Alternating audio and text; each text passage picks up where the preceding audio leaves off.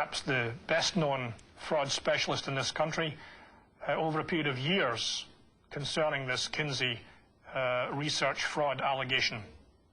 The person I'm referring to, of course, is Walter Stewart, who is well known in Congress and in the scientific community for his work in the Baltimore case particularly, and in other cases. Now, Stewart is firmly of the opinion that there is something here that needs to be investigated, and has told me so many times. Muir says that such an effort may be mounted outside the United States, and cites a letter by Walter Stewart to the Canadian Medical Journal. What Stewart said was that he finds the evidence, that is, for fraud and ethical violations in research, compelling, since the evidence comes almost entirely from Kinsey's book itself. He says, I find it disturbing and believe it requires investigation. Dr. Muir says he hopes that Congress will investigate the Kinsey Institute once it's widely known that children may have been used in sexual experimentation. Because there is a mess here that has to be cleared up in the backyard of American science, and it would indeed be tragic if it gets cleared up from elsewhere first.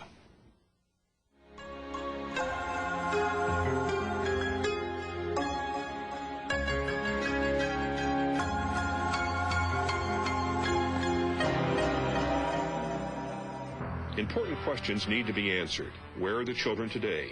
How were they procured for the experiments? Did their parents know they were being used in sessions with avowed pedophiles? Where are the children of Table 34? I'm concerned about these people who must now be in their 50s, that they must have had some very difficult experiences following these experiments, and it would be good really if they could be contacted even for therapeutic purposes at this stage. I often wonder if they'll come forward when we're speaking in lectures or speaking on radio or whatever it may be. I've been waiting to hear for some of these people to remember the experience and to come forward and say, yes, I was one of those. Based on 12,000 interviews, empirical observation, and Kinsey's own ideas about sexuality, the Kinsey Report, as it came to be known, had enormous cultural and scientific impact. You could use the findings from the survey to counter the moral judgments of other people. And that's really the importance of Kinsey. As Kinsey moves the argument away from the old kind of sterile debate about morality, for which there is no solution, to a place where people can start talking about sexuality as in a different kind of way, looking to different kind of standards. Kinsey concluded that Americans' sex lives were far more varied than had been thought, and that children were sexual from birth. But the Kinsey books have serious flaws, as has been noted by the National Research Council and Dr. Abraham Maslow, who warned Kinsey that sex surveys tend to skew the data toward the sexually promiscuous and unconventional. Because sexual manipulation of children is illegal, the Kinsey studies have served as virtually the sole source for sex researchers.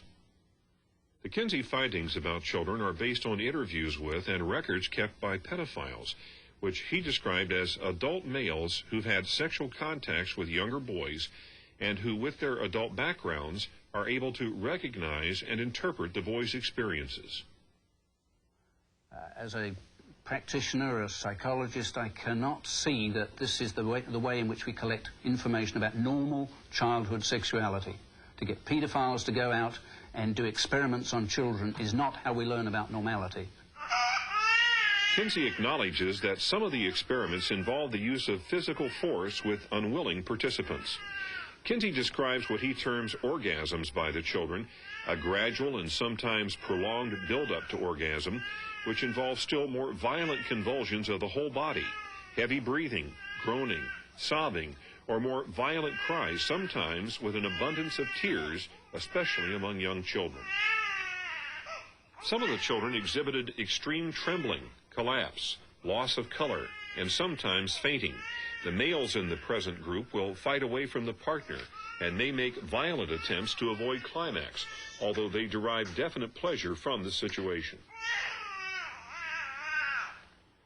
A fretful babe quiets down under the initial sexual stimulation, is distracted from other activities, begins rhythmic pelvic thrust, becomes tense as climax approaches, is thrown into convulsive action, often with violent arm and leg movements, sometimes with weeping at the moment of climax. According to Paul Gebhard, a Kinsey Report co-author and former president of the Kinsey Institute, the researchers were aware that the experiments were illegal. We've always insisted on maintaining confidentiality, even at the cost of thereby becoming immoral at best and criminal at worst, said Gebhard. An example of criminality is our refusal to cooperate with authorities in apprehending a pedophile we had interviewed who was being sought for a sex murder.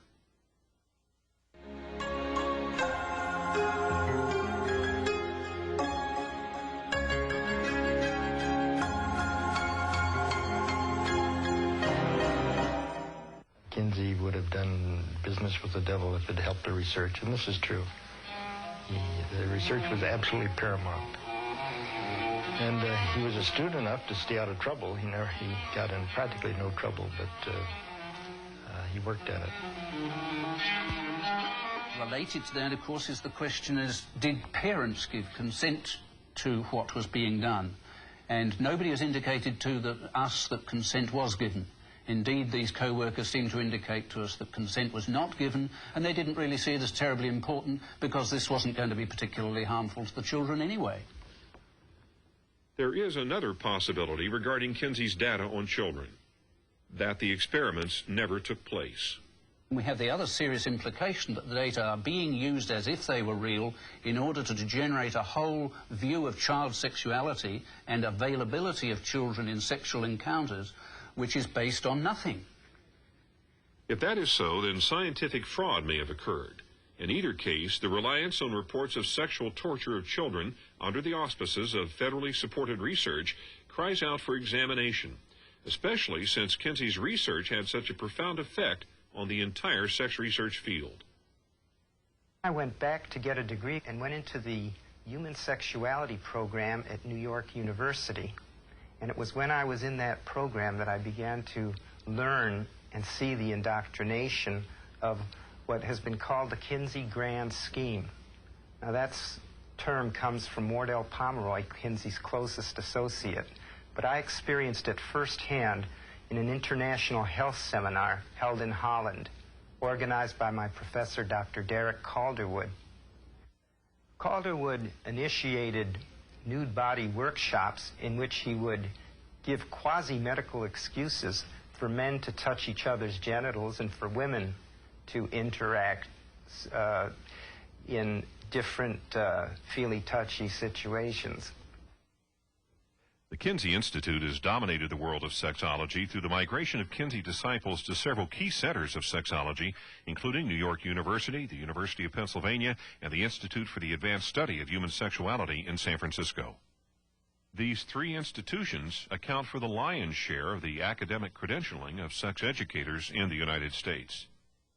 Working with the Kinsey team was Dr. Mary Calderon, who was medical director of the Planned Parenthood Federation of America from 1953 to 1964, before co-founding the Sex Information and Education Council of the United States, better known as SIECUS. She formed that organization with Lester Kirkendall, another pioneering sexologist who was the teacher and the mentor of Derek Calderwood, my professor. Also involved was Kinsey's co-author, Wardell Pomeroy, a founding member who also served as president of SIECUS as recently as 1975. In terms of Lester Kirkendall, in 1985, he made a statement in an article entitled Sex Education in the Future that I think is worth noting. He says that programs of the future will probe sexual expression with same-sex partners and even across generational lines. With a diminished sense of guilt, these patterns will become legitimate, and the emphasis on normality and abnormality will be much diminished with these future trends. The most obvious impact of this effort is to demystify the taboos of sexuality in sex education classes to very young children. Many sex education curricula now begin in kindergarten and continue through high school, often under AIDS prevention. The message to parents, if we don't begin teaching children about safe sex as early as possible, including every variation, then they may get AIDS. Mrs. Smith or Ms. Smith from somewhere in Ohio, who goes for her 3-unit training in human sexuality.